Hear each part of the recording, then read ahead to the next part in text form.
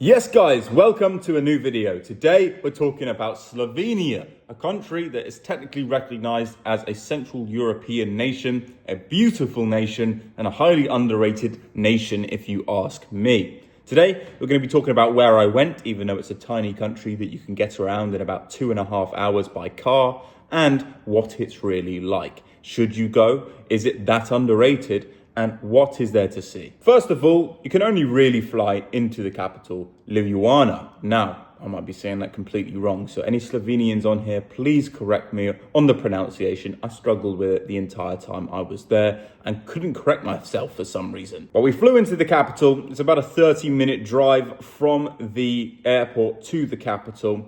But then from the capital, we just got a quick meal and went down to a place called Krka, K-R-K-A. This was a little lodge, and I will put the details of the lodge in the bio so you guys can check it out if you're interested in fly fishing or nature. Now, this is a bit niche, I will admit, but in this area, you had a beautiful river with the water being supplied from the Alps. Yes, the Alps do supply the water to Slovenia, and you've got an incredible mountainous region that comes down into some beautiful valleys and some beautiful rivers. I spent the first 5 days at this lodge in the middle of nowhere, basically, with a couple of food options around, but literally only a couple that would close at like 8. The Slovenians love to eat their meals early, which surprised me because Italy is across the border and they have their meals at about 9 p.m. So there's a huge cultural difference there in the way that they eat. But burak and a bunch of Slovenian foods are definitely worth trying, and you can get some pretty incredible beers in Slovenia. They have some incredible wines too. We spent 5 days at this lodge fishing, catching these brown trout, these rainbow trout. It was absolutely incredible. We got some underwater release footage.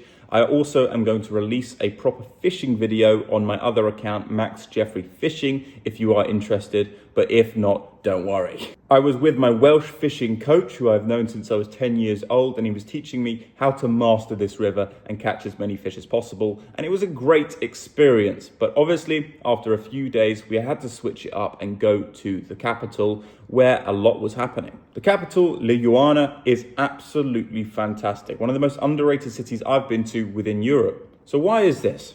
It's because it's clean. It's because it's incredible. It's fresh. The atmosphere is vibrant, positive. The Slovenian people are upfront, honest, such good vibes. And if you talk to any Slovenian person, you're going to have one of the most direct conversations you've probably ever had. And I have to say, I love it. The nightlife is incredible. Go down to the main strip in Ljubljana and it is just popping off with life. It's not very hard to find. It's a tiny city, and I believe the population is under 2 million, something like that. So for a capital city, this is very, very small, but there is so much going on near the canal system, which I have to say reminds me of Amsterdam in terms of its infrastructure. The food is great.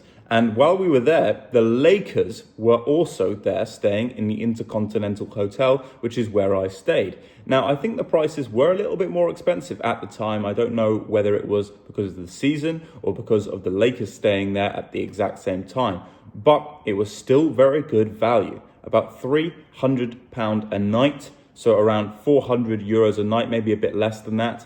And it was a premium 5-star hotel that I have to say was fantastic. Amazing spa, there was a great massage parlor, you had a sauna, you had a great gym that overlooked the rest of the capital, and everything was perfect. Calm, peaceful, serene, and just beautiful. Now, the streets were so clean, not a cigarette butt in sight. Literally, I didn't see a piece of a plastic bottle, I didn't see any rubbish on the floor. It was so clean, and I asked the Slovenians why this is, and it's because they have a limited amount of tourism. Yes, you get tourists like me. Yes, you get tourists from all around the world coming to Slovenia, but it's sort of managed, and they don't over-promote their country despite its natural beauty because they don't really want loads of tourists coming over and trashing the place, which I do understand to a degree.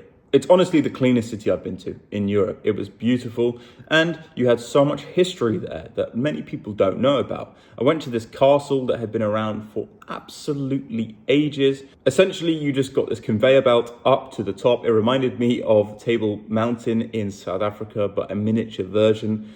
and you had to do a little wait in this queue to go up to this castle that had been around since, I believe, 1200 BC. Napoleon used it as a barracks. It was also used as a prison. It was used as a residency. This castle had been through everything that Slovenia had seen, and there was even a dragon that was believed to be slayed on it. And if you look at the flags in Slovenia, you get the modern flag, which the Slovenians now have because they claim their independence from Yugoslavia, but then you also have the old flag, which has the castle on it and represents the country they used to have, and that is technically what signifies Slovenia. The views from this castle were absolutely beautiful, and there are so many things to do in and around the capital, and of course, Lake Bled. Lake Bled is probably the most famous thing about Slovenia, as well as the baby dragons. The baby dragons are basically these little lizards that live up to 100 years old in these caves that barely need to feed.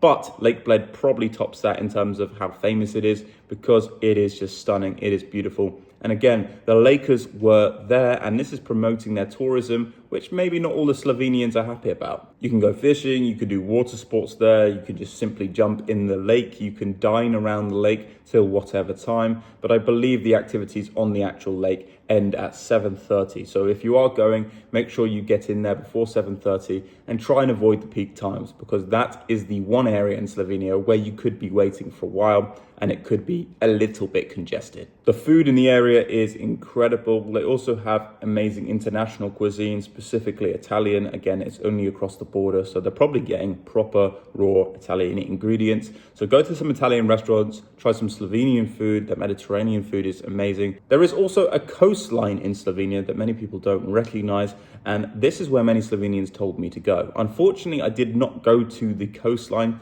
but the coastline is very well recognized by the Slovenians as being a little paradise within their own country. Although I would argue that a majority of the country is paradise. So I'd recommend the castle. I would recommend Lake Bled. Lake Bled is a full day out.